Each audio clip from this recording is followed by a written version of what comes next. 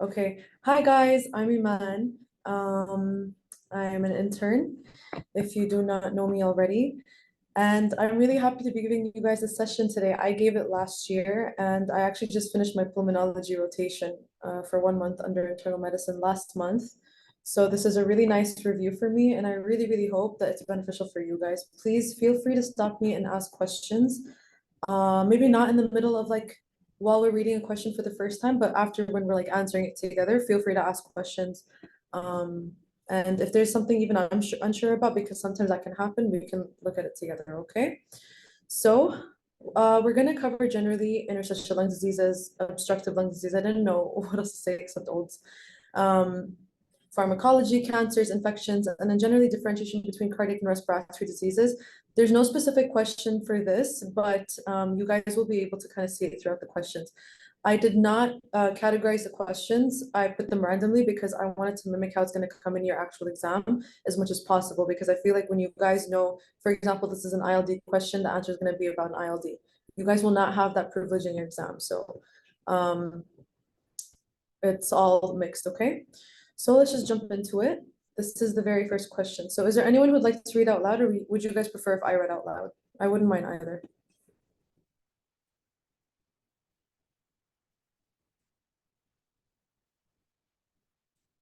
Okay, since nobody's saying anything, I'll go ahead and read. Okay, so a 44-year-old man with a chronic cough and progressive weight loss comes to the emergency department. He has lost 5 kg over the last 3 months. The patient recently emigrated from Southeast Asia. Guys, just give me 1 second, sorry.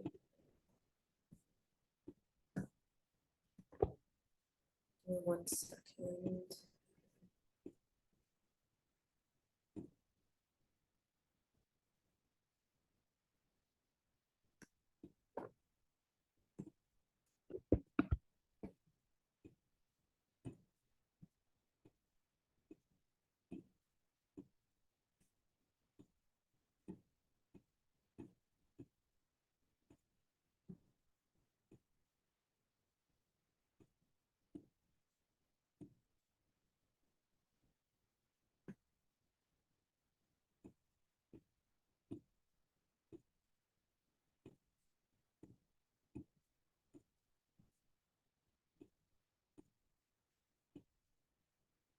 Sorry guys, I actually just realized that I did.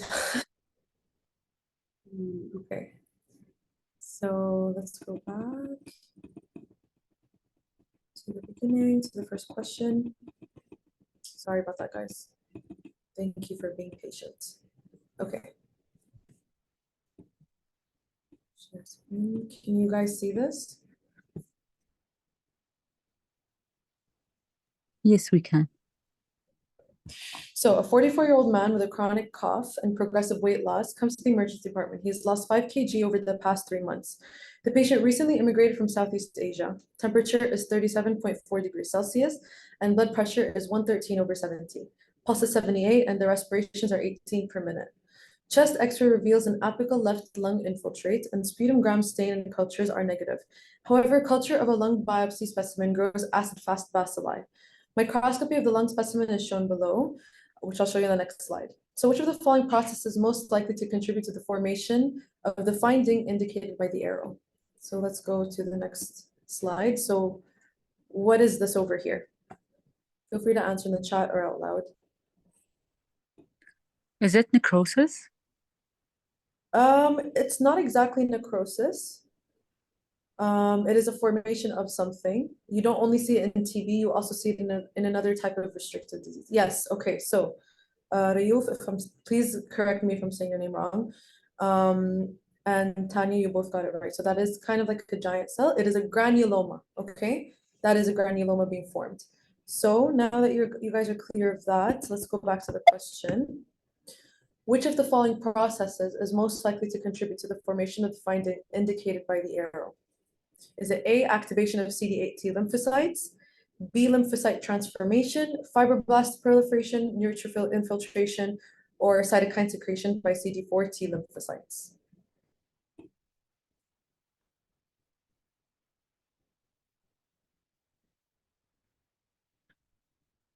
Okay, so majority of you, I think are saying E, and you guys are correct. It is E. So can anyone explain what happens over here?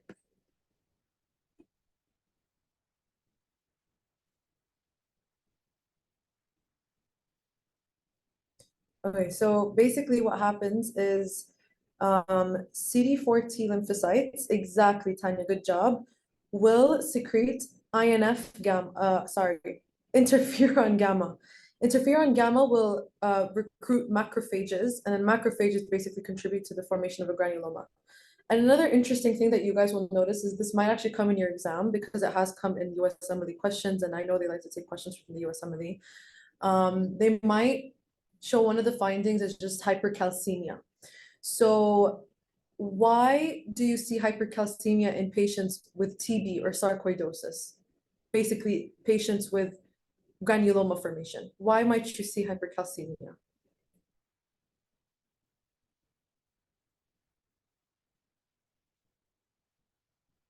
High calcitonin. Okay. So basically what happens is not exactly, but what happens is there's increased 1-alpha hydroxylase activity in macrophages. Okay, so 1-alpha hydroxylase, good job, Rayuf. Yes, 1-alpha hydroxylase. It's an enzyme whose activity is increased basically in macrophages, especially when there's so many of them in active macrophages. When you have that, it's going to basically cause your PTH to go into overdrive and basically you get pseudo hyperparathyroidism. That's what it's known as. So it's not true hyperparathyroidism, it's pseudo. It's because it's not actually due to parathyroid itself. It's due to the fact that you have granulomas forming in your lungs, okay? So that's usually the mechanism. That they might ask you about that. They might even just ask you like, oh, what's another finding? And it would be hypercalcemia. Okay, is that clear?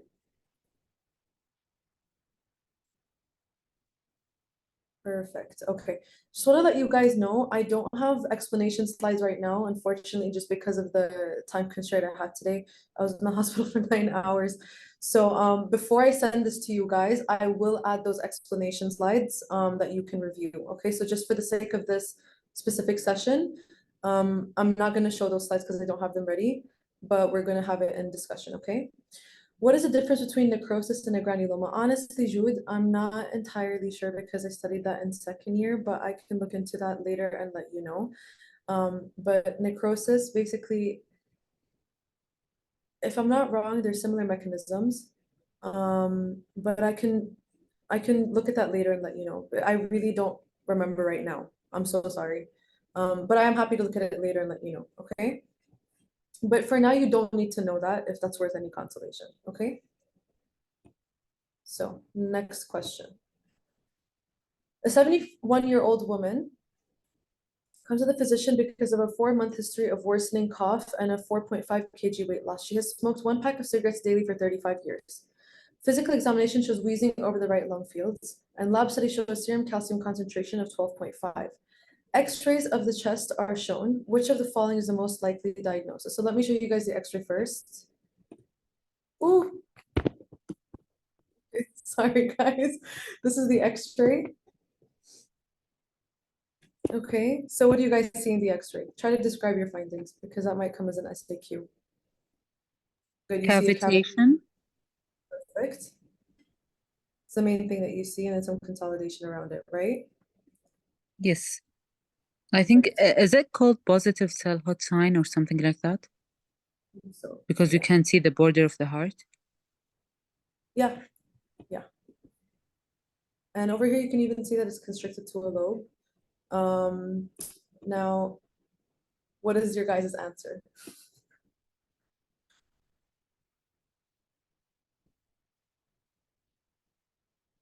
Okay. Before you saw the answer, were you going to say E or were you going to say something else? Be honest, like we can discuss it, it's okay.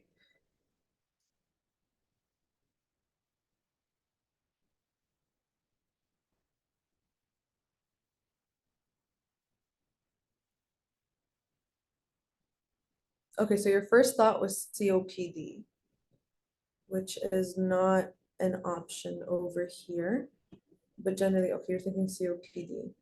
Worsening cough, weight loss, cigarettes. I understand why you're thinking that. Honestly, TB is a possibility as well, especially because, you know, worsening cough, weight loss. This is the presentation in a lot of things in pulmonology. So worsening cough and weight loss, you have a few things that come to mind, okay? You have infection, severe infection, specifically tuberculosis. You have cancer because of the weight loss and worsening cough. It could be lung cancer. You can even have COPD, but in COPD, you won't really see weight loss, in all honesty. But worsening cough, definitely. You'll see worsening cough in everything that can cause the cough, even asthma. So over here, now she smokes 1 pack of cigarettes daily. Sure, that can point you in the direction of either ILD or COPD, chronic obstructive pulmonary disease. More likely COPD.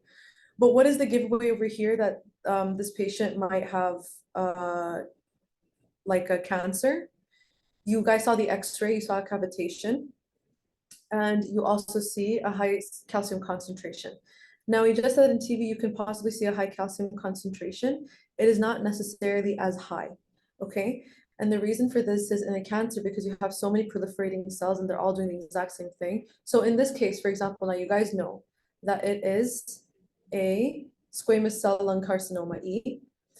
What is the one giveaway is cigarettes daily for 35 years. They have a 35-pack year history of smoking. 35-pack year history will not cause TB. And also in a case of TB, they're going to maybe talk about hemoptysis. They're going to talk about weight loss, worsening cough. They're also going to talk about a productive cough, okay? And they might even talk about what's it called, fever. So those things are going to be present in a patient who has an infectious cause, for example, TB, even though TB can be chronic.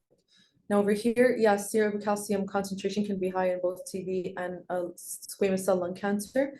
But like you guys said in the chat, it is PTH related peptide. Basically, the squamous cells in your squamous cell lung carcinoma are releasing PTH related peptide. So not PTH.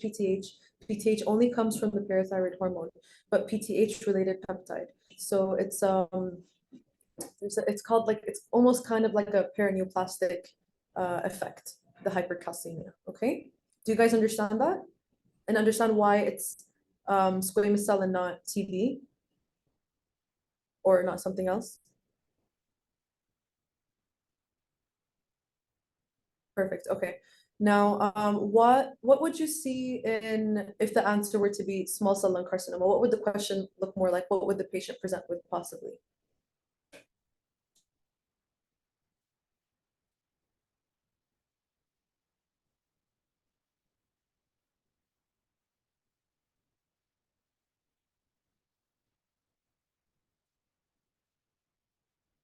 What do you guys think?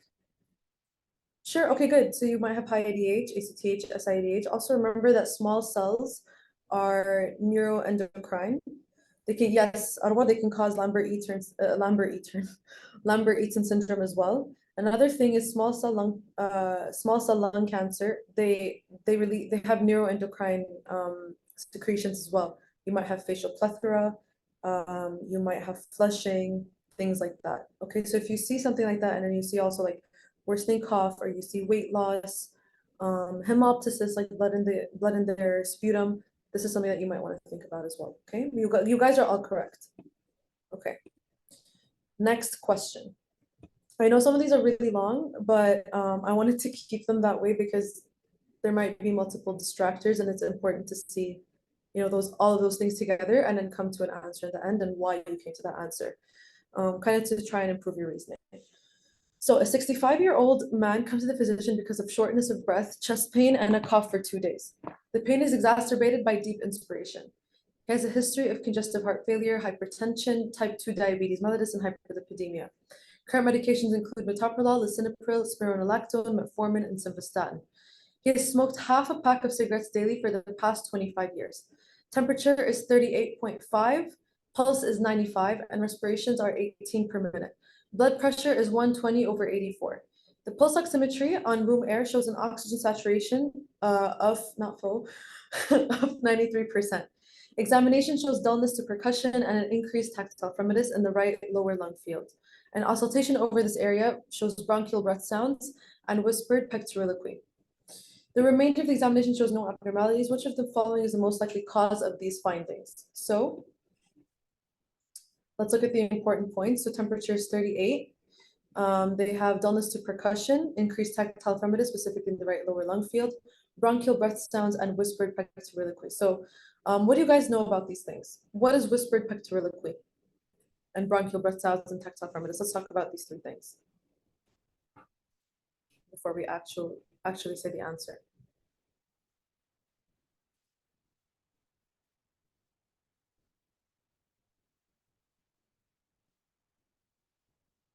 Okay, Arwa, good. Signs of consolidation. That's good. But specifically, okay, what is tactile ephemeris? Is that the vibration the doctor can feel when they put their hands horizontally on the chest? Exactly. So just against the chest normally with your palm. If you can ask a patient, for example, to like you can ask a patient to speak and they can say something, and you will notice that the vibration of the chest wall is slightly different when you have a regular chest that's normally just filled with air versus when you have a patient who has a consolidation. And the reason is because sound waves travel differently in fluid or denser tissue, aka so fluid-filled tissue, versus air. They're going to travel faster. Now for whisper pectoriloquy, Tanya is saying that you guys didn't really discuss it, but in case it ever comes in the vignette, for you guys to know, whisper pectoriloquy, basically when they're saying specific words, you're going to ask them to whisper. When you listen in a stethoscope, my English, I'm so sorry guys today. When you're listening to their breath sounds, yeah, similar Arwa, yes. You can hear sometimes like certain whispers, but when they have a consolidation, it's a lot louder. And the reason is again because sound waves will travel faster in a denser tissue that is liquid filled versus in just air alone. Okay.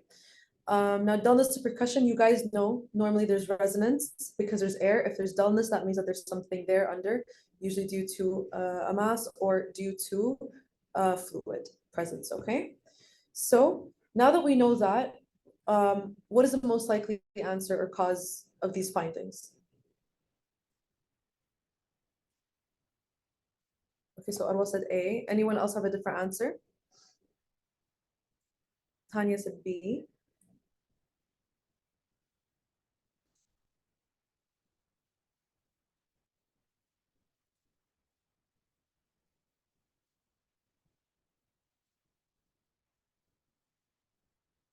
Could be C too.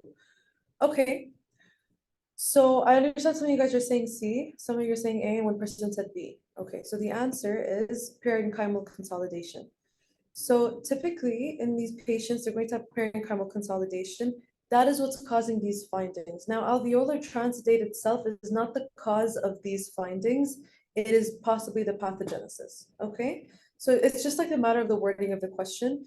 And for pleural fluid accumulation, I think it's important to note that pleural fluid, just because of its location in between the pleura, it is not going to have the same findings as consolidation in the parenchyma.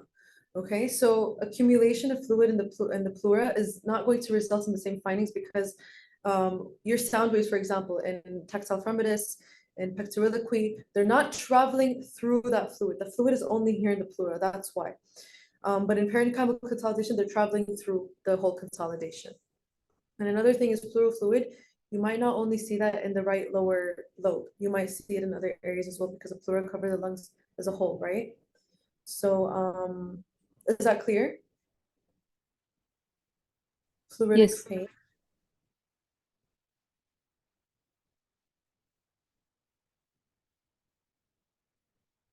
What about the pleuritic pain? Pain is exacerbated by deep inspiration. That can happen as well in parenchymal consolidation. That can happen in pneumonia. But that is good to know, okay? So that can be very confusing. But specifically, again, remember that that is kind of a distractor. So they're saying, oh, exacerbated by deep inspiration. Now, yes, that is very, very typical of like pleural inflammation. But what they're asking you is, which of the following is the most likely cause of these findings? So dullness to percussion, increased tactile ephemeris, bronchial breath sounds, whispered pectoriloquy. You won't hear bronchial breath sounds in pleural fluid accumulation alone. because the air through your bronchi and through your bronchioles and your air passages are traveling through the parenchyma where there's a consolidation. Okay, so therefore it's going to sound like bronchial breath sounds in that case, not in the case of pleural fluid accumulation. Is that clear for you guys? Perfect. Okay. All right, next question. So a 58-year-old male presents with a cough, dyspnea, 4 kg weight loss over the past 3 months. He has a 40-pack year smoking history. On chest radiography, he's found to have a small mass in the hilar region of his left lung. A lung biopsy sample was taken as shown below, and the specimen was found to be positive for neuroendocrine markers. Which of the following is the most likely diagnosis for this patient? We just talked about this, so it's going to be easy for you guys.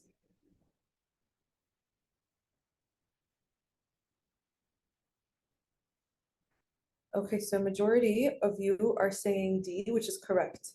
So we know hilar region, 40-pack year smoking history, positive for neuroendocrine markers. This is very, very telling of small cell carcinoma. And over here, you can see the nuclei, they're like huge and blue.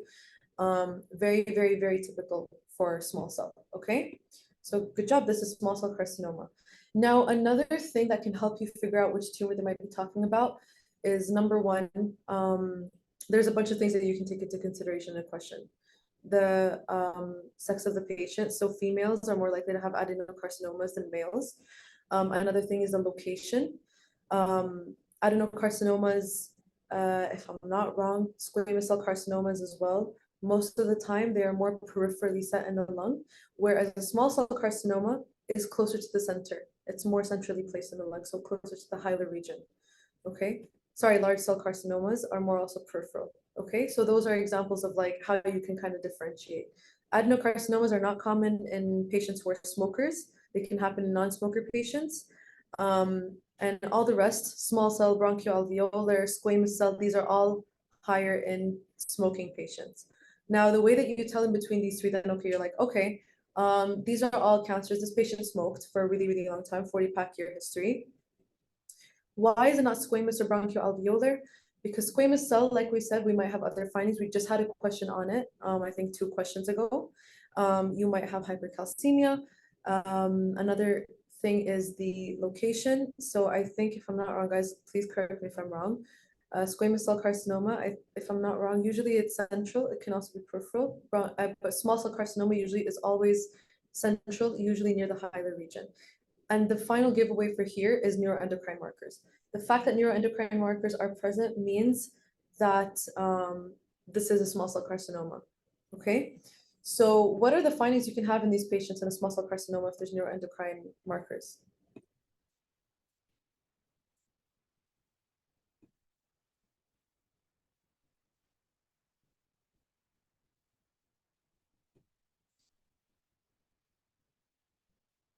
These patients typically can, they can develop what's known as like carcinoid symptoms. So flushing, facial plethora. Flushing is when they have severe redness of the cheeks. So stuff like that. Those are all part of carcinoid syndrome, okay? So in these patients, you might see those findings. And like you guys said, ADH, ACTH, etc. Okay? Next question. So which of the following options is most likely to result in the CT findings below? First of all, what do you see in the CT findings?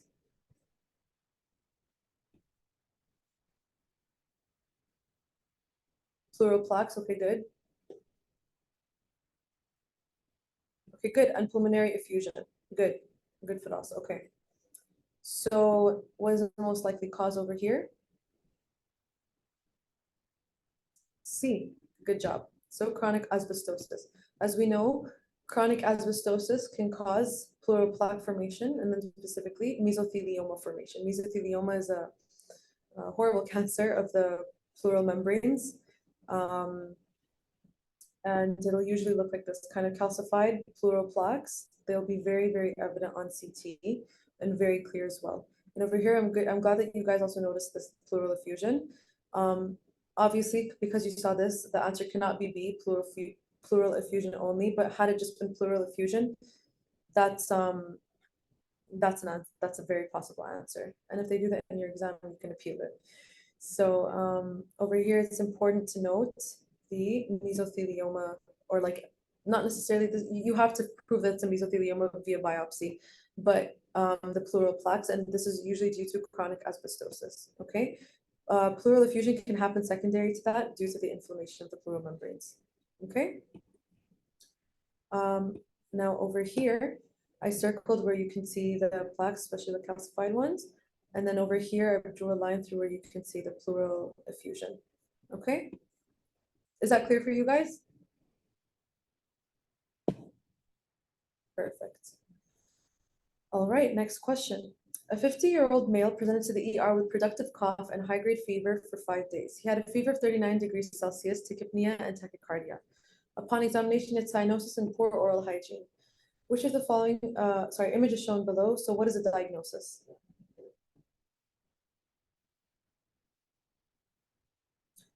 Okay, so Firas and Tanya said D. Anyone else have a different answer?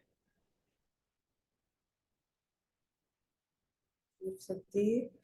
So you guys are mostly going for D. You guys are correct. Now, you guys tell me why you went for lung abscess.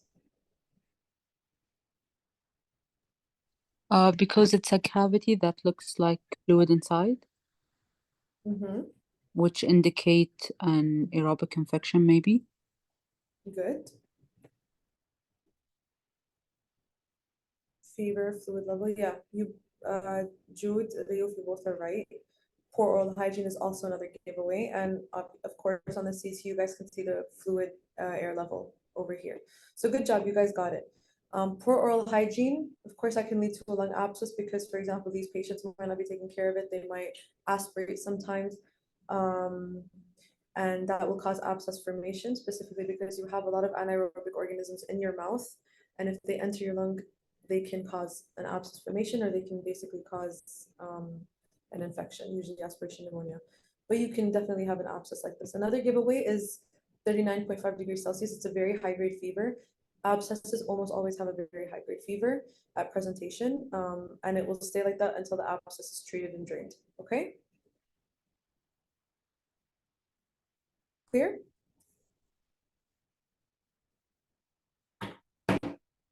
Perfect. Okay.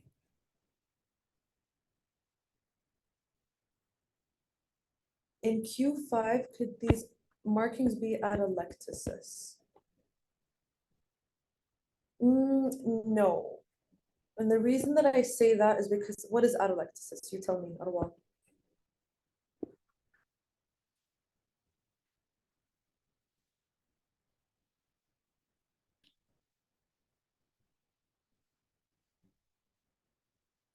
Collapse of alveoli. Okay.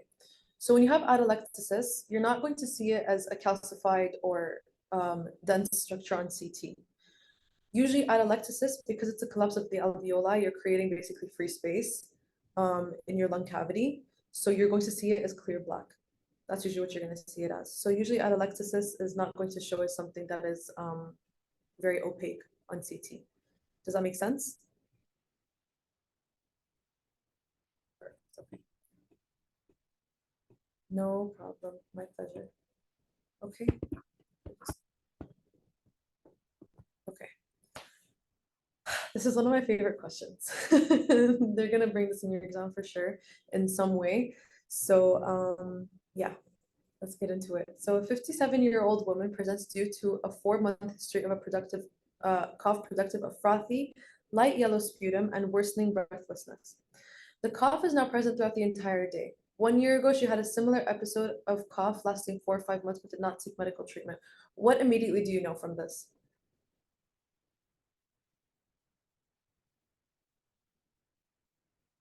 Okay, so Jara saying COPD. Awa saying COPD. Okay, let's read on. She has not had fever, night sweats, hemoptysis, or weight loss. So what are you ruling out here? Cancer and TB. Pretty much, yeah. Cancer and TB. Cancer and infection. Let's keep it general like that. She has smoked a pack of cigarettes daily for the past 40 years. Her BMI is 32, so she's morbidly obese. Not morbidly, sorry, she's just obese.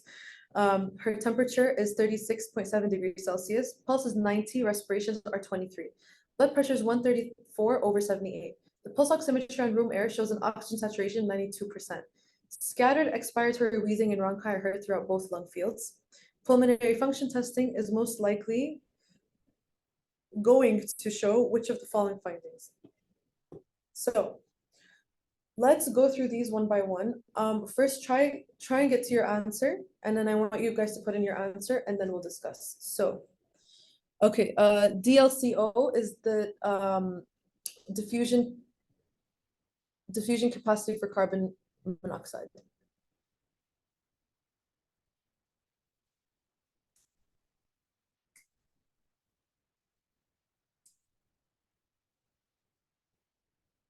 If you don't know it, it's okay. I'll explain that part to you guys, okay?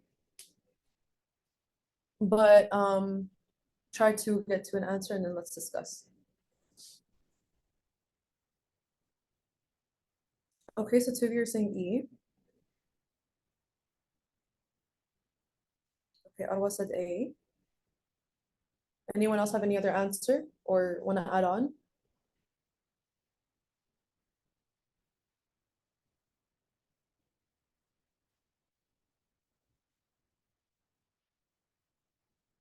Okay, someone changed the answer to A. And someone said B or C. So, okay, we're all over the place.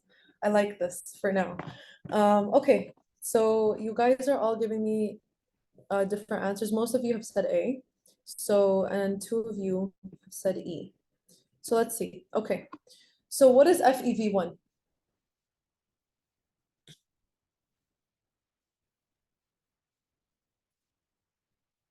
And what is FVC? And DLCO, I told you guys that. So then what's RV?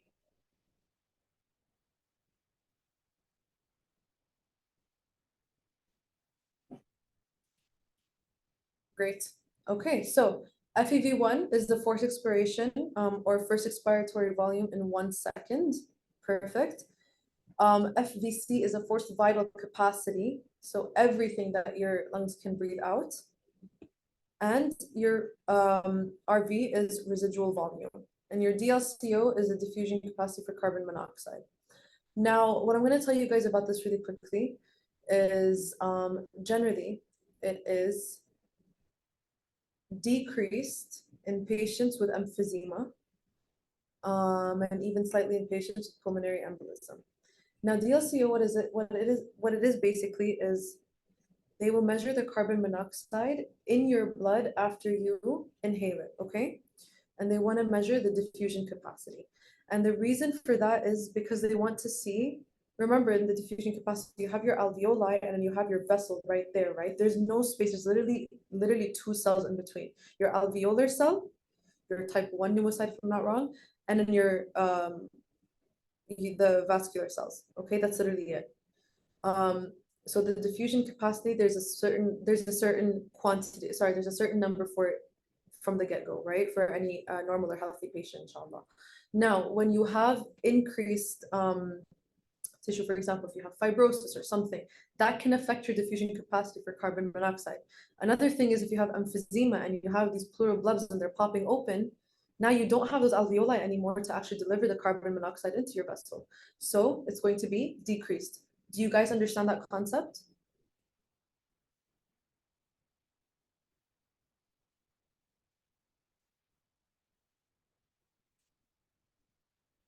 Sure, I can repeat it. Okay. So the diffusion of carbon monoxide is measured. Basically, the way they will do this test is they will get you to breathe in, and just, they'll have carbon monoxide in there, okay? And the carbon monoxide, normally carbon monoxide diffuses very, very easily into your blood. It's not like other things where like, you know, there's like a limit. Carbon monoxide will usually always enter your blood because there's a high affinity between hemoglobin and carbon monoxide. Now, remember when you're breathing in, when you get oxygen inside, or whatever the composition of air is that you're breathing, all of it is going down, inshallah. If you are a healthy patient with, you know, no issues, inshallah, the air is traveling down from your trachea into your bronchus, into your bronchi, into your bronchioles, small air passages, and then into your alveoli, okay? Now in your alveoli, that air, there is diffusion in between the air and in the serum, okay, in the blood. So oxygen is basically diffusing only through two cells, like your alveolar cells over here and then the vessel cells over here. Like, do you see that space over here? there's like no space over there, okay? Very, very little space. So basically anything can diffuse very easily. Carbon monoxide is one of those things. So what they will do is, because they can measure the carbon monoxide specifically, and because there's a high affinity for it, almost all of it will, a lot of it will enter your blood. They have a certain diffusion capacity already for carbon monoxide for like a regular patient. There's like a certain range of values. Now, in patients who maybe have thickening around their alveoli, maybe due to fibrosis, maybe some patients who have emphysema, which is basically where your pleural blebs are basically popping open, so your alveoli are breaking open. So you no longer have that communication between your alveoli and your vessels to deliver oxygen. Your diffusion capacity for carbon monoxide is going to change, right? Do you guys understand up until now? So because the carbon monoxide is not going to be able to travel in the same exact way it was able to before. So the diffusion capacity is actually going to be decreased in these cases. So for example, let's look at emphysema. This is the most common disease where they bring up DLCO in the first place. They will almost always mention DLCO when they're talking about an emphysema patient. Maybe not in the hospital, but definitely in your vignettes, definitely in step one. They're going to bring this up a bunch of times. But DLCO is going to be decreased in these patients because what's happening? Their alveoli are like dying. They don't have alveoli anymore. So what happens is the air in your alveoli, it's not diffusing into your serum. The oxygen is not diffusing into your serum, even carbon dioxide, and let alone carbon monoxide. So what happens is your DLCO will decrease. There's a decreased diffusion capacity. Does that make sense? Perfect. Okay. Again, when I send these slides to you guys later, I will definitely be explaining these in the coming slides, okay? So inshallah it'll be clear. So now let's get back to the question really quick. So FEV1, we know it's a forced expiratory volume in 1 second. FEV1 to FVC ratio. What is the normal ratio?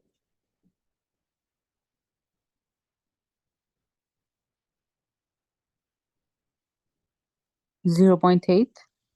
Around 0.8, correct.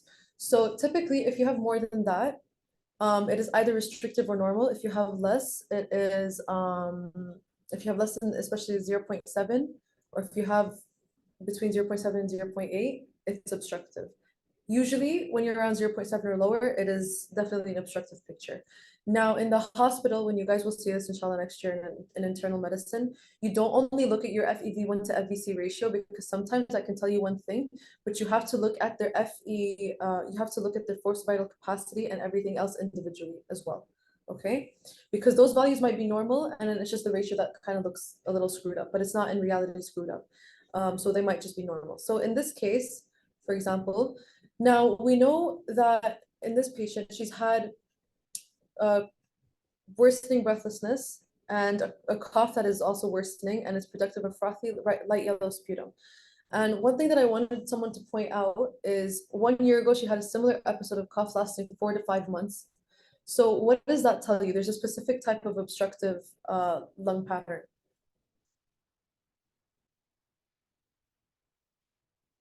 Good, good. It is chronic bronchitis. So what is the criteria for diagnosing chronic bronchitis in terms of timeline and for coughing?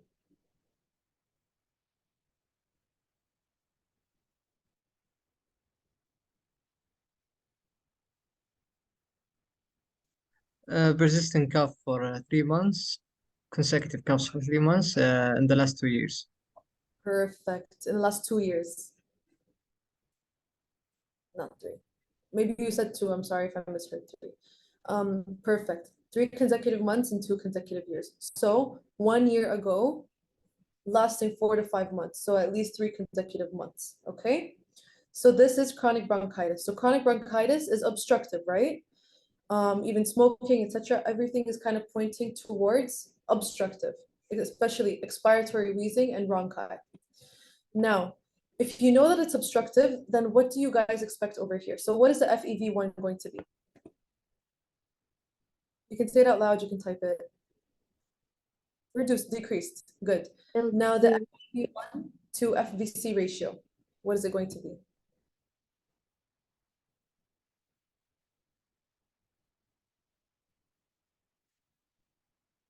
It's going to be decreased. It won't be normal, it will be decreased, okay? Especially if it's an obstructive pattern. DLCO, what do you guys think after me explaining it in a simple way, hopefully?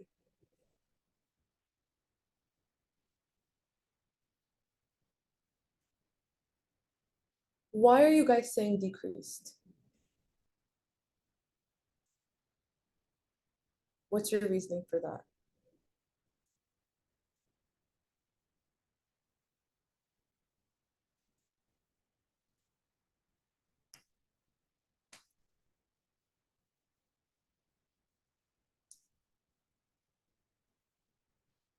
Tanya, basically I'm asking, why are you guys saying that the DLCO is going to be decreased in this patient, in this question, in this woman?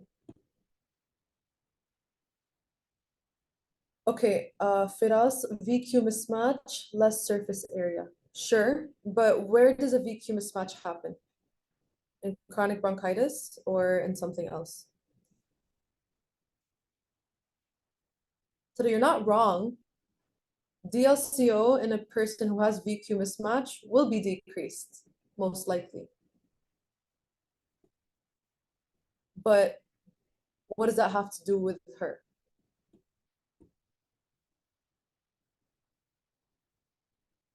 No worries. Good, Tanya. Okay, so I think it won't cause a problem. Won't cause a problem. The problem is in the bronchi, not in the alveoli. Good. Okay, so I understand why there's a confusion, I think. I want more of you guys to tell me why you thought it's decreased, but in this patient, let's just remember, chronic bronchitis is affecting the bronchi. So this is not an alveolar pathology. And even in a lot of alveolar pathologies, you're not going to necessarily have decreased diffusion capacity of carbon monoxide. It might stay the same. Usually in certain diseases like emphysema, in pulmonary embolism, in certain, extensive fibrotic diseases, you might have a decreased perfusion of carbon monoxide, okay? Over here, because there's no issue in her alveoli, once you get to her alveoli, the diffusion capacity is actually going to be completely normal. So in this patient, it's actually going to be normal, okay? Do you guys understand that? The bronchi have nothing to do with the diffusion capacity. Good, okay. What about her residual volume?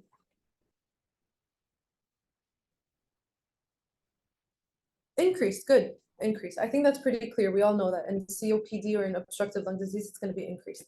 So in that case, the answer is A. Okay, so good. Most of you said A. If you didn't, it's okay. The first time I did this question, literally when I was solving it before making this presentation, I got it wrong. Okay, because I was convinced that the DLCO was not normal, but it turns out that it is normal. Okay. So it would be decrease in restrictive diseases, not always Riyuf, so be careful. Make sure when you're answering the questions, read the explanation, especially if they mention DLCO, but not always, because it's not always extensive to the point where, you don't need every single alveoli to be alveolus to be perfectly fine in order for the diffusion capacity of carbon monoxide to be normal, okay? Or like to start being decreased if there's only a few affected. So in restrictive lung diseases, it's not necessarily the case. It depends on the extent, the extent of the lung disease, of how restrictive it is, of how much fibrosis there is, what exactly is happening, etc. Now, I know emphysema is considered like an obstructive lung disease. That is the only one where that is actually affecting the alveoli like that, right? So that's the only one where you can talk about DLCO being changed. It's going to be decreased. In restrictive, it really depends on the extent. It depends on the type as well, okay? No worries. All right. Why is the ratio decreased? Tanya, ratio of what?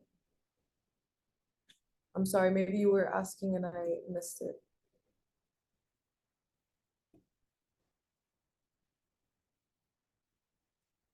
FEV to FVC. Okay. So basically, great question. This is actually the concept that I really, really want you guys to know and walk away with. Your FEV1 to FVC ratio is going to be decreased because when you're doing them, yeah, both of them are decreased, but your FVC, your forced vital capacity, is not decreased, okay? So I think maybe that's where some of the confusion might stem from. So let's think about this test in general, your pulmonary function test, your FEV1 and your FVC. So what they ask you to do is they ask you to breathe in as much air as you can, like you're,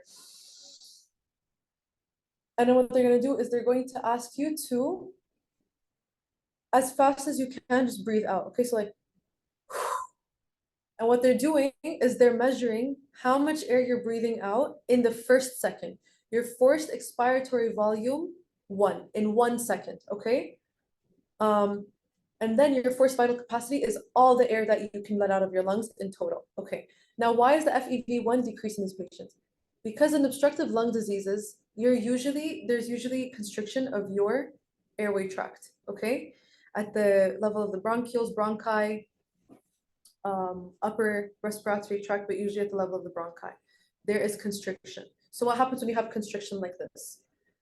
Let's say you're trying to blow through, one of those straws that you get with boba tea versus one of the straws that you get from downstairs with your Diet Coke, okay? Where do you feel more resistance if you blow through it? Which one will you feel more resistance through?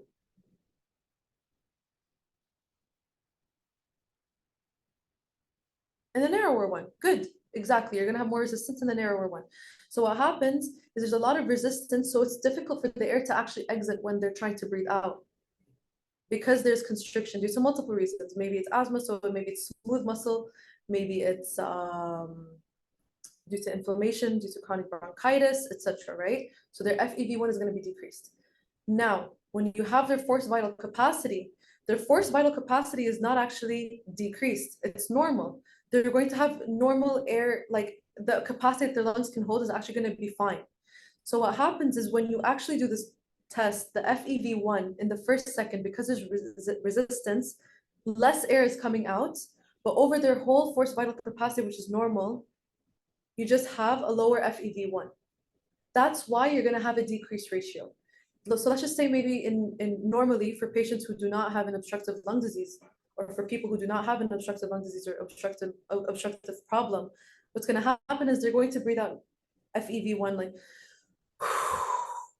they breathe all of their air at the same time. In the first second, however much they've breathed out, that's the normal ratio. So that is usually around 0.8, 80% of your forced vital capacity. But in these patients, because they have obstruction and therefore they have like constriction and therefore resistance and the air does not exit out as easily, it's going to be less in the first second, even though over time, they're going to be able to breathe at the normal vital capacity. Does that make sense?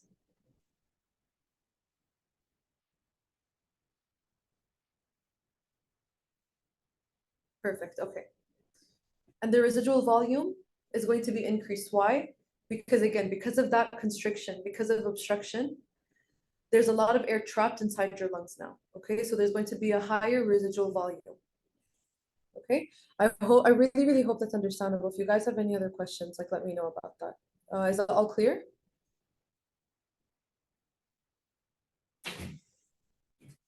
No worries. Sure, go ahead.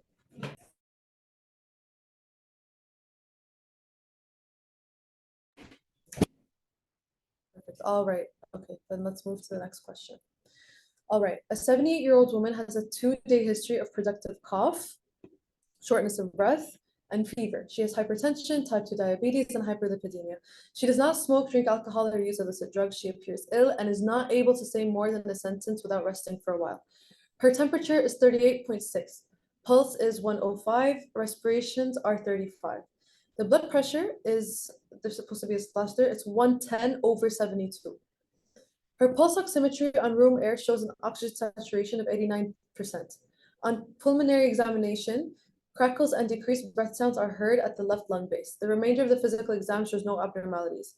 Lab studies show that her white blood cell count is 11,100, urea nitrogen is 22, glucose is 276, and creatinine is 0.9. Okay, so what is the most likely causative agent in this patient?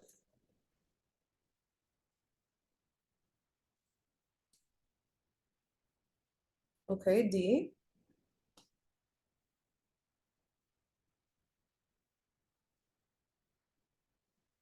Okay, let's look at the important points of this question. So she's 78 years old. She has a fever of 38.6 degrees Celsius, low oxygen saturation, high white blood cell count. You guys are not going in the wrong direction, but why strep pneumo?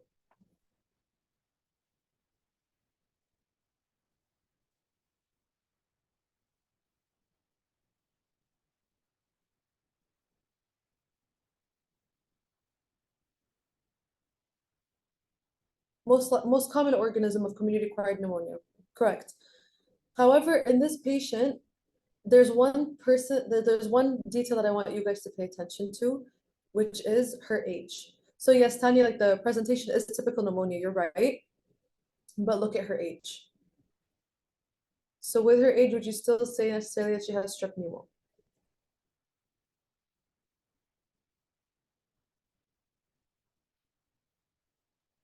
It's gonna be C. Correct. So in this patient, the most likely cause of her fever, aka her pneumonia, her productive cough, fever, etc., which is all picture for typical pneumonia, it is going to be Haemophilus influenza. Now, I know this is confusing. I actually got it wrong the first time I did it as well. So don't worry. I also selected D, strep pneumonia, because it is the most common cause of community-acquired pneumonia. However, like make sure, guys, that you pay attention to the age of the patient in the vignette. Okay, just make sure you pay attention to the age, because that can change the answer. So in this patient, for example, 78 years old, it is Haemophilus influenza. Okay, not strep pneumo. More likely, it's going to be Haemophilus influenza, because this becomes one of the most common causes of pneumonia in elderly patients. Is that clear? Perfect. Okay. What if I said there's a patient who comes to the clinic, he has a dry cough and he's here for a wellness checkup. And when they take a chest radiograph as part of that wellness checkup, they actually see bilateral, like nodular infiltrates. However, he seems fine otherwise. Which of these answers would it be? Good. Okay, so it would be A, mycoplasma pneumonia, also known as walking pneumonia. It's called walking pneumonia because you can literally walk around literally normally, and you wouldn't know that you had it unless they did imaging. Sometimes people will present with more extreme symptoms, sometimes they won't. Okay, good. All right, next question. So actually, this is an interesting. This is important as well. I'm pretty sure you guys covered it because I remember that we covered it in third year. So, a 68-year-old patient presents with shortness of breath, productive cough, and a fever of 39 degrees Celsius. Her respiratory rate is 34, blood pressure is 85/55, and the patient is oriented to time, place, and person. Labs show the following: WBC is 12,000, serum urea is 5. How will we approach treatment for this patient? A, outpatient oral antibiotic therapy. B, outpatient no antibiotics needed. C, ICU admission. D, inpatient treatment. Or E, DNR, do not resuscitate, in case they start to go down. ICU. Okay, why do you say ICU? Because if we follow the curve 65 guideline, it's above 3. So anything above 3 is ICU admission. Okay, so I want you guys to tell me what the curve criteria is.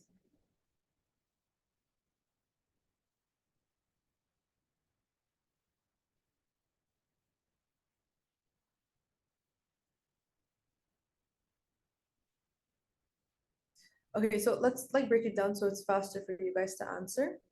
What do you want to see in the blood pressure? Circulation. Blood pressure is hypotension. What are the values specifically? What for systolic, what for diastolic?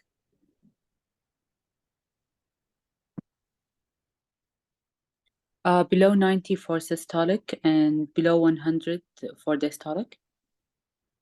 Below 60 for diastolic. Oh, below 60, yeah. No worries. Okay, good. What about respiratory rate? Above 30. Good, above 30. What about serum urea? Above 20. Above 20. Okay, different unit. You guys are right. In millimoles, it's 7. Okay. Yeah. What am I missing? Oh, The orientation. C stands for confusion. Yeah.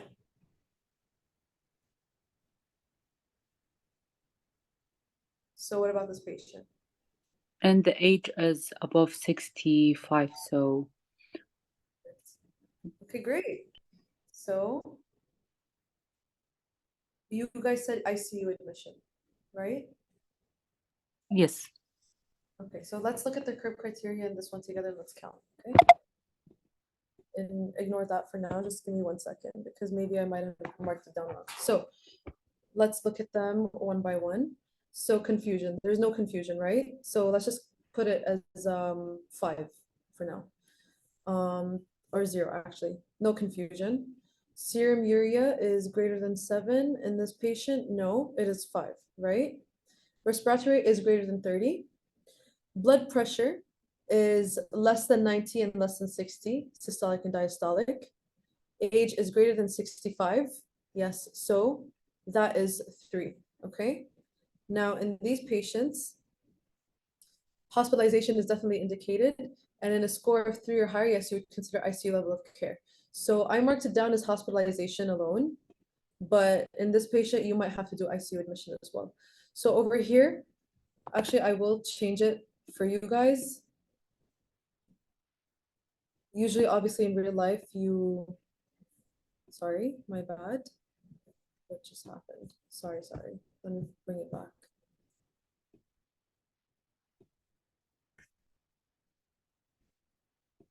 So obviously, in real life, you're going to be assessing the patient more holistically. And you might think, okay, just inpatient versus ICU admission.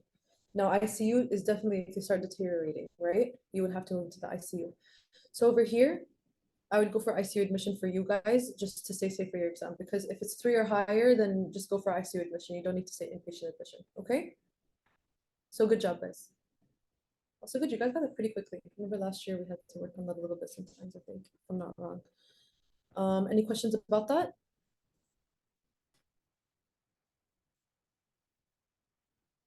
Great. Okay. So I got this from Ambos. If you guys want to go take a look at it, if you're wondering where I got it from. Okay. So a 25-year-old woman had progressive dyspnea and fatigue for the past 2 years. On physical examination, she has pedal edema, JV distension, and hepatomegaly. Lung fields are clear to auscultation.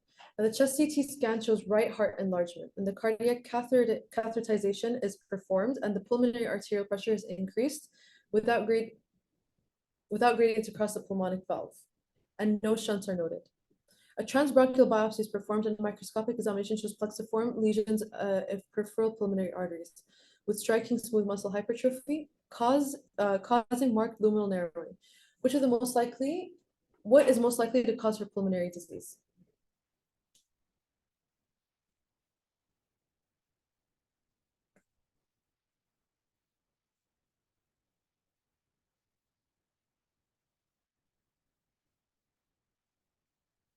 Okay, so why are you guys saying cor pulmonale?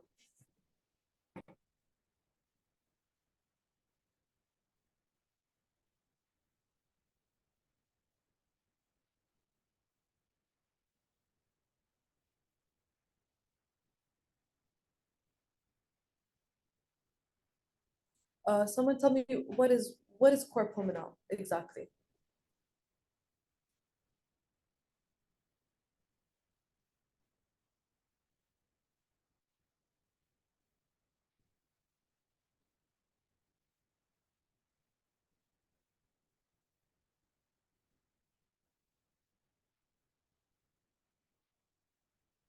Okay. So cor pulmonale is right heart failure due to pulmonary disease, which can eventually extend to the left side of the heart, right?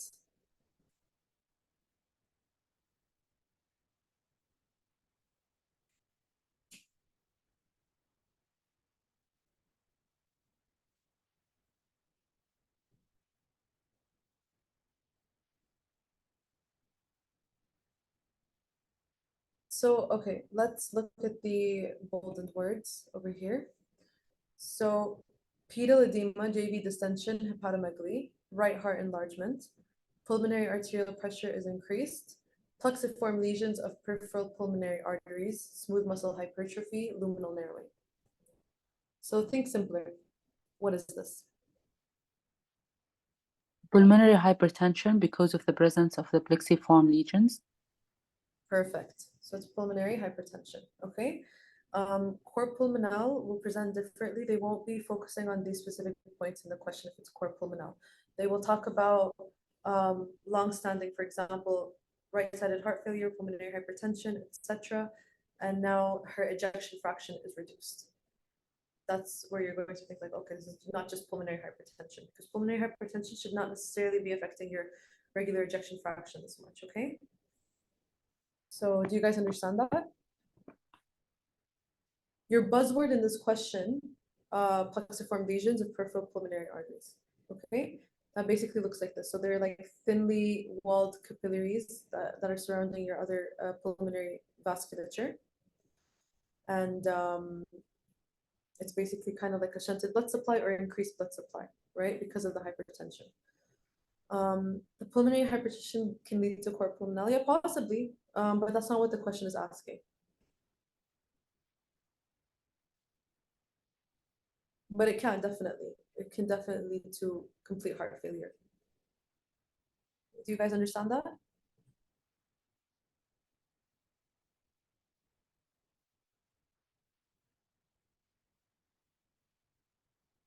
Okay, next question. So I think we have 4 questions left, if I'm not wrong.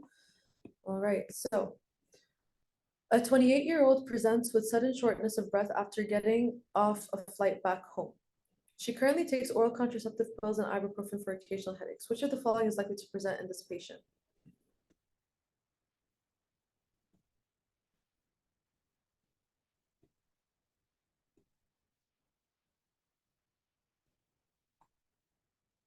So A, acidosis, B, increased DLCO, C, hypoventilation, D, right to left shunt, E, VQ mismatch.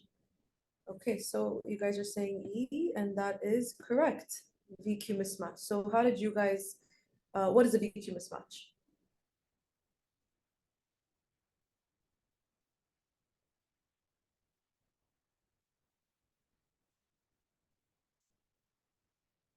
Ventilation perfusion mismatch, perfect. So basically what's happening in this patient is, of course, if you have a pulmonary embolism, which is in the vasculature of your lungs, you're not going to have blood flow to specific areas of your lungs. It depends on where the embolus is, okay?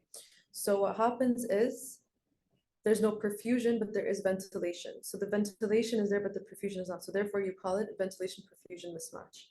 So when you are actually looking at the VQ scan, you can see that the ventilation is normal. The air is reaching everywhere in the lungs.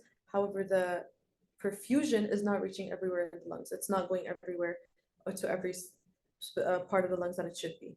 So therefore, that's known as a ventilation perfusion mismatch. Normally, the ventilation perfusion are equal. They're in every lobe and every part of the lobes and in all the parts of the lungs. Okay, does that make sense? Perfect. Okay.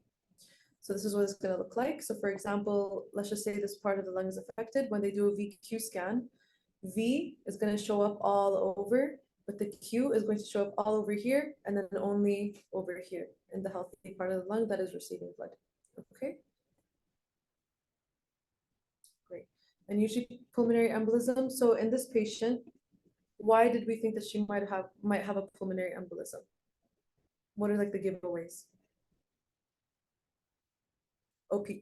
OCPs. What else? Long flight. Long flight, good. So she's static for a long time. And on top of that, she's on OCPs. So her coagulability is higher. Good. So it starts as a DVT, which travels. Great. So this is typically, there's a Wells criteria for pulmonary embolism treatment. So there's a bunch of features you're going to look at, and you're going to be scoring it. So the scoring is based on clinical signs and symptoms. Sometimes it's very, very obvious that this patient has a DVT. Usually there's swelling of the leg, there's redness, there's pain. There's no alternative diagnosis. They are perfectly fine otherwise. There's no possible causes or like underlying, other treatments or diseases that they have that could possibly cause a clot. So that is 3 points. Heart rate is greater than 100, immobilization greater than or equal to 3 days, or surgery in the previous 4 weeks. They didn't mention it over here. I don't think they usually necessarily mention it in the Wells criteria, but like OCP patients definitely are at a higher risk for getting a DVT and therefore pulmonary embolism, because they're they're at higher risk just because coagulability increases when you're on OCPs. So previous DVT or PE, hemoptysis, malignancy with active treatment, you're more likely to get a PE, etc. So you score this based on the scoring system over here, less than 4 or greater than 4. It's also due to the fact that maybe the part of your lung is not receiving oxygen nor blood flow, or no oxygen because there's no blood flow. So that can cause hemoptysis as well, if I'm not wrong. But I will look into it for you because I'm not exactly sure why, but this is my educated guess. And also the fact that that's honestly the only thing I can think of. Possibly there might be a source of bleeding otherwise. But I will look into it for you, okay? So you do a pre-test clinical probability. So you do scoring, and then based on the scoring, that's going to determine how you're going to treat this patient. So greater than 4, PE is very likely. So you do a spiral CT. If it's positive, you admit and you do anticoagulative therapy. If it's negative, you repeat an ultrasound in 6 to 8 days, because a CT PA will almost always tell you the answer. Okay? Especially if they're really having symptoms of a PE, that means it's going to be detectable via CT. Now, if they're less than 4 and a PE is maybe unlikely, you're going to do a D-dimer test, which is less specific. And if it's negative, you're going to consider alternative diagnosis, and you're going to see another guideline. You don't need to know about this right now. And if it's positive, you're going to treat it like it is a PE. Okay? You're just going to treat it as a PE. So you're going to admit them and also start anticoagulation therapy. All right, next question. So, scientists are currently studying an anti-TB drug that is shown to be effective against mycobacteria located within phagolysosomes of macrophages, but it is also significantly less effective against extracellular tuberculoid bacteria. The characteristics of this drug are most similar to which of the following agents?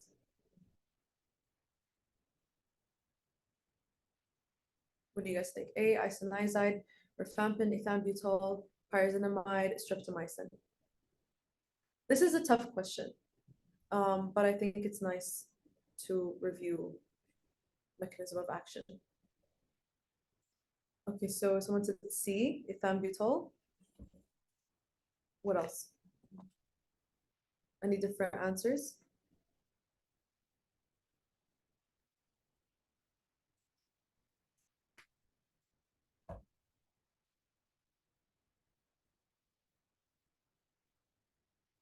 You guys can guess. It's okay if you're wrong.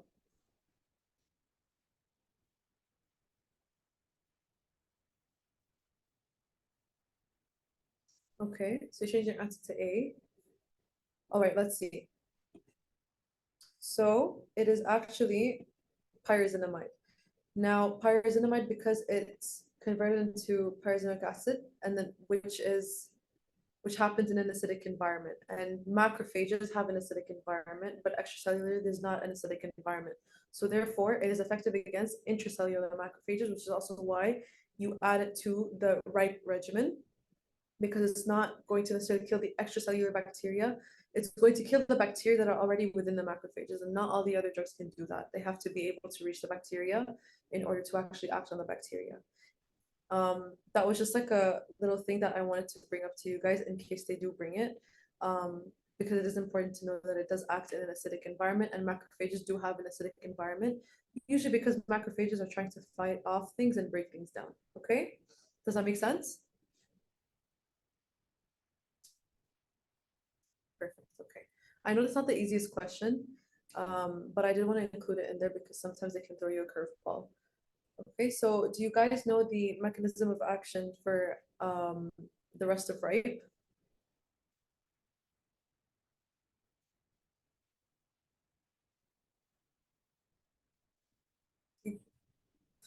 Hope so.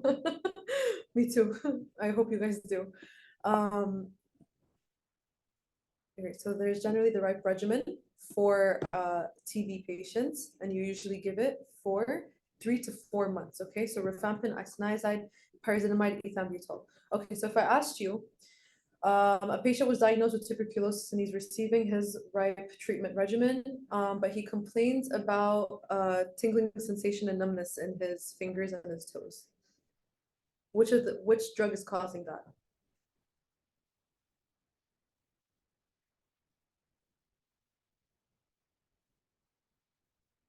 Isoniazid, good. Do you guys know why?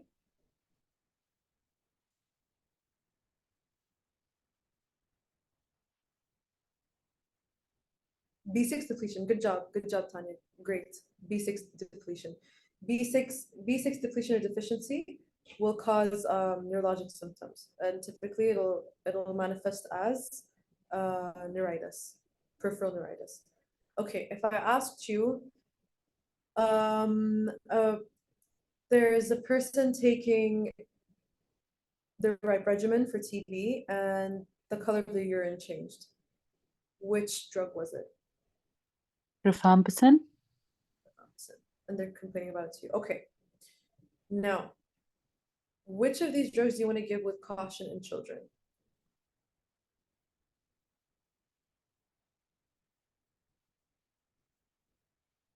Ethambutol. Good, Arwa. Why? Why do you want to be more cautious with ethambutol in children? Because it causes color blindness. So children's under 6 years, they can't like differentiate between colors. They're less likely to tell you because they won't necessarily realize. They'll just be like chilling and going on about their life, like, you know, because they're kids.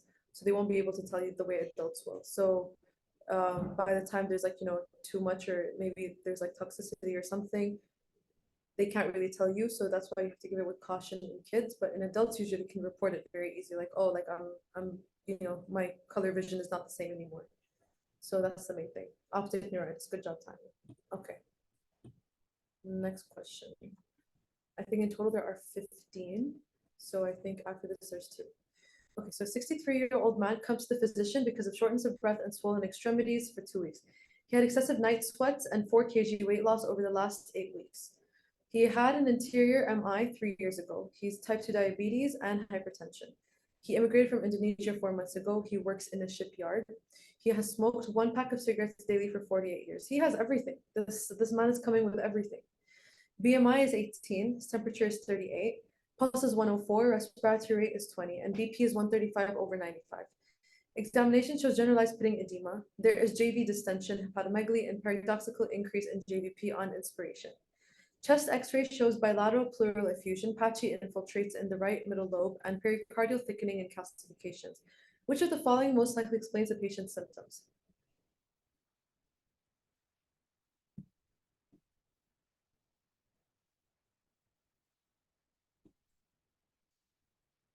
Okay, so some of you guys are saying F, asbestosis. Any other answers?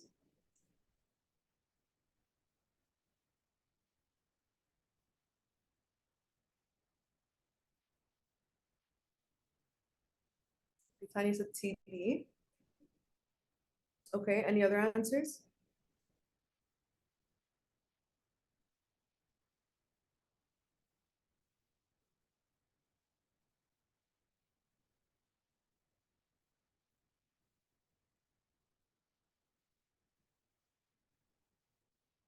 Okay, so let's look at the important details in the question. All right, so shortness of breath, night sweats, 4 kg weight loss over the last 8 weeks, immigrated from Indonesia, works in the shipyard, smoked for a long time, paradoxical increase in JVP on inspiration, bilateral pleural effusion, patchy infiltrates in the right middle lobe, pericardial thickening and calcifications. Okay, so let's go one by one. Is this uremia? Would this explain the patient's symptoms? No, good. Good, okay, so no. B, viral myocarditis. No, good. What about type 2 diabetes?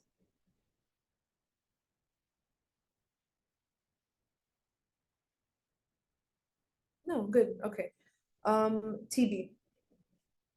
What in this question could explain TB? Because I know there are a few things. Fever, weight loss, good.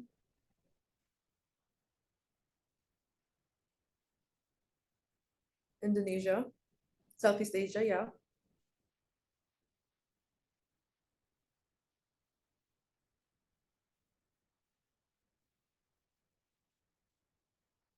Duration of presentation, good points, guys. Genuinely good points, perfect. Okay, We'll come back to that. Amyloidosis. Yes or no? Okay, do you guys remember if amyloidosis causes restrictive or what's the other word? Oh my goodness. Heart disease. Cardiomyopathy. Does it cause restrictive cardiomyopathy?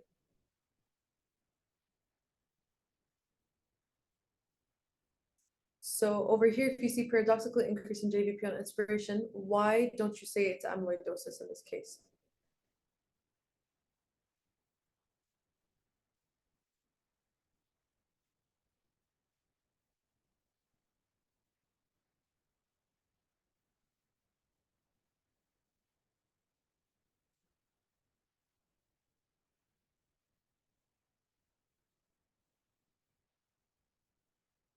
Okay. So then you're saying earlier presentation would be age, okay. I think the age, maybe, maybe not. It's just because of their other presentations, right? They have a 4 kg weight loss, they've got night sweats, shortness of breath, they've bilateral pleural effusion patchy infiltrates in the right middle lobe. You won't necessarily see this in the picture of amyloidosis. Okay, so now next, asbestosis.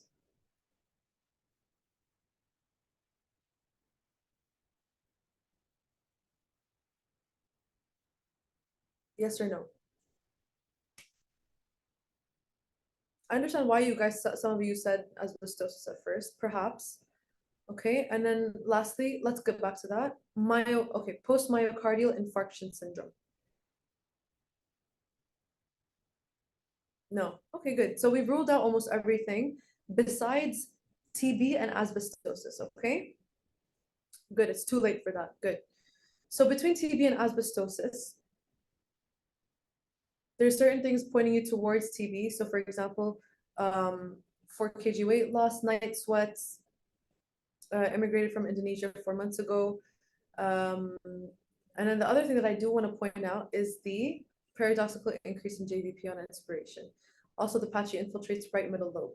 So it's localized to a lobe. Now, when we look at this versus asbestosis, sure, he works in a shipyard. That's a big giveaway for asbestosis a lot of the time. But besides that, what is telling you that this is asbestosis?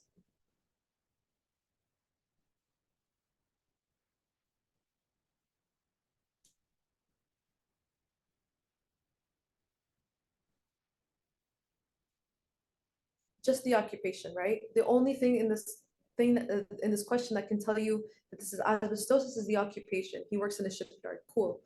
But besides that, there's nothing here really pointing to a picture of asbestosis. Because remember that asbestosis or chronic asbestosis will result in a pleural disease.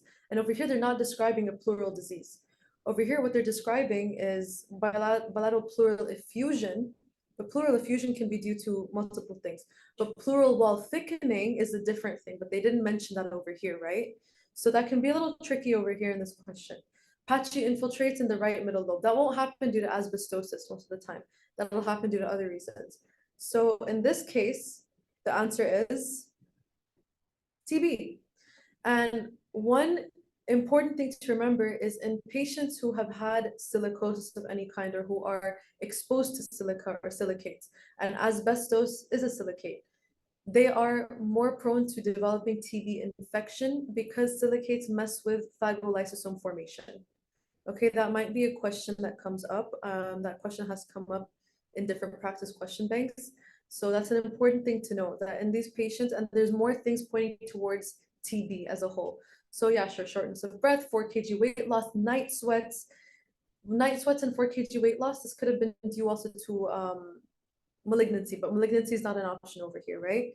But on top of that, immigrated from Indonesia 4 months ago, so not even that long ago. Had it been like 10 years ago, we'd be like, okay, that's a stretch. Why would he have TB?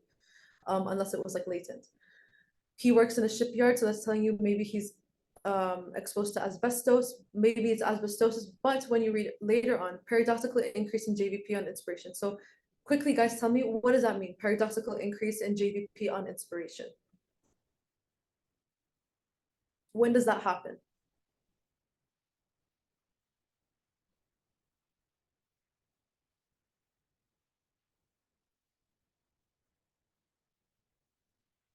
Just realize I'm like very down. Okay.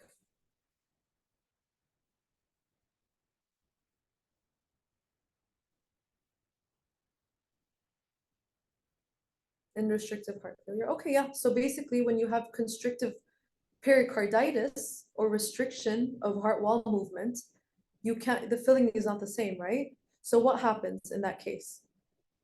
Your jugular vein is going to distend because blood is not able to enter the right side of your heart properly. It's not able to drain into the right side of your heart properly. So there's going to be a paradoxical increase in the jugular venous pressure on inspiration. So inspiration, when you're increasing the pressure, you're pushing blood back to the heart. So in that case, there's going to be increase in the JVP because the right heart is not able to accommodate the blood that is being sent back. Yeah, Rayouf, yes, you're correct. Yes. So over here, constrictive pericarditis does not happen in asbestosis, but it can happen in tuberculosis. Okay, that is another hint. Now, patchy infiltrates in the right middle lobe is another hint. Pericardial thickening and calcifications is another hint, but those are more subtle hints. The main things that you guys need to know or point you towards TB are the things in the first half of the question. Shipyard is only one detail. So like compare and contrast like the presentation and what's like what the patient is coming with versus as well like how many kind of like buzzwords or things that are relating to that presentation, okay? Because multiple things can present similarly, but what are the buzzwords? What is the background? So over here, this is a good example of that. And if it guys makes you feel any better, I got this wrong the first time as well when I was answering it, okay? It's because this part can be a little bit confusing. It's pericardial thickening, not pleural thickening. It's pleural effusion, not pleural wall thickening, okay? Is that clear to you guys? Perfect, okay, next question. All right, so 20-year-old man comes to the physician because of recurrent episodes of shortness of breath, non-productive cough for the past 4 months. He has 2 episodes per week, which resolve spontaneously with rest. Twice a month, he wakes up at night with shortness of breath. His pulse is 73, respirations are 13, BP is 122/70, and his pulse oximetry shows an O2 saturation of 98%. So his oxygen on room saturation, room air is, the saturation on room air is 98%. Physical examination shows no abnormalities, and spirometry shows an FVC of 95% and an FEV1 to FVC ratio of 0.85, and an FEV1 of 81% of the predicted. Which of the following is the most appropriate initial pharmacotherapy?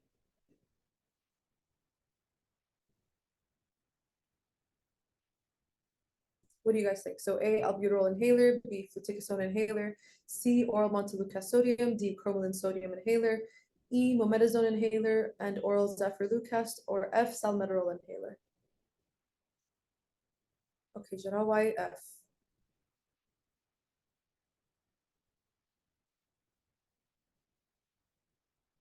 Why salmeterol?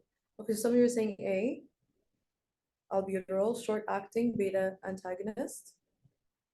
Sorry, beta agonist. Yeah. All right, so in this patient, it's a 20-year-old man. He's not currently on any other medications as per the question. So over here, you're going to think, okay, recurrent episode shortness of breath, non-productive cough. Typically, oh, and one other thing, twice a month, he wakes up at night with shortness of breath. This is a very, very telling feature of patients with asthma. So this patient basically has asthma, but so far his spirometry is normal. He has an FEV1 to FVC ratio of 0.85, and an FEV1 of 81, FVC of 95%. So over here, does this patient need, like harder core therapy, for lack of a better word? Do they need like a steroid inhaler? Do they need the montelukast, like a leukotriene inhibitor? Is it that bad? No, right? So even for salmeterol, they won't need a long-acting beta agonist. They don't need that because they're not at that point where they would need to have a long-acting drug.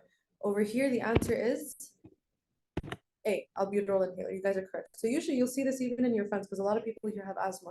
They'll usually be taking like salbutamol, albuterol. Salbutamol, albuterol, these are all SABAs, okay? Short acting. So that is the first line of therapy in these patients, okay?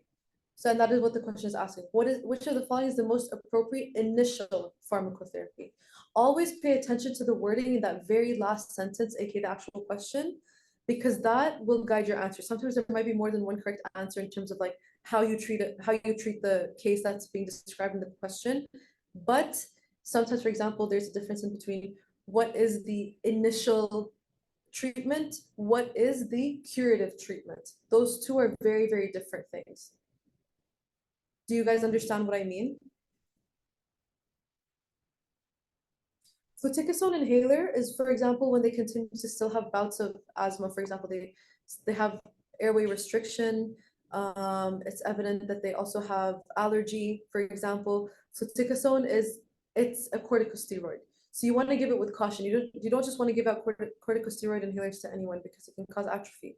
So corticosteroid inhalers, you wait until their symptoms worsen in order for them to need corticosteroid inhaler. Otherwise, you don't prescribe it to patients who have a normal pulmonary function test or who are having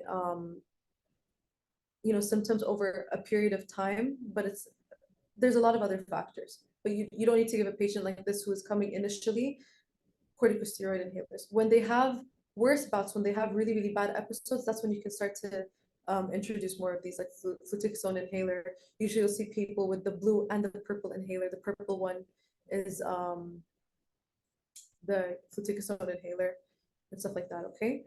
Now for the other ones, montelukast is a leukotriene inhibitor. You don't need to be giving leukotriene inhibitors to patients who do not have horrible symptoms. It's for patients who have, uncontrollable asthma, who are not able to be controlled on albuterol or a fluticasone inhaler, those two together, you can give them montelukast. This can prevent asthma attacks as well. Same with cromolyn sodium. This is to prevent. This is not the initial pharmacotherapy. It's not to treat, it's to prevent, okay? Mometasone inhaler and oral zafirlukast, same reasoning. Anything ending in "sone," is it's a cortisone or corticosteroid drug. You don't want to give those off the bat, initial pharmacotherapy. Zafirlukast, from the name, it is also a leukotriene inhibitor. You don't need to give these to patients who just present with asthma for the first time or shortness of breath for the first time. And salmeterol inhaler, you don't give a LABA alone. It's not known to be very effective alone. Okay, and you definitely do not give it as initial pharmacotherapy. Does that make sense to you guys? Perfect. Okay. Last question. Okay, so a 25-year-old male presents to the clinic with shortness of breath, fever, and a productive cough. Physical examination revealed right lower lobe consolidation. After sputum culture, colonies of S. pneumonia were isolated. He was prescribed a drug. What is the mechanism of action of the prescribed drug? Okay, so before we go into that, the answer, this patient has what? Pneumonia. Good. Okay. So most likely in 25-year-old, what is the most likely cause of this patient's pneumonia? So like we said, in the 78-year-old, it's more likely to be Haemophilus influenza. In a 25-year-old male, it's most likely to be what you guys first said. Strep pneumo, right? Community acquired. Perfect. Yes. Now, what is the medication that you give in these patients? Tell me the name of the medication, the name of the antibiotic.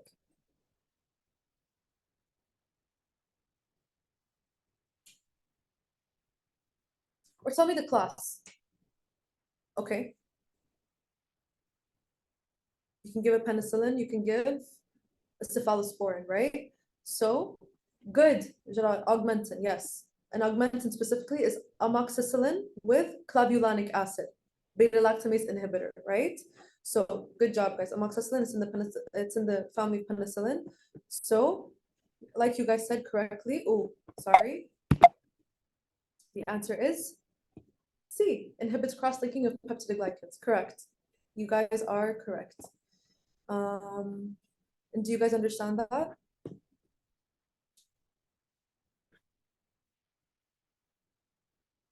Perfect. Okay. Nice.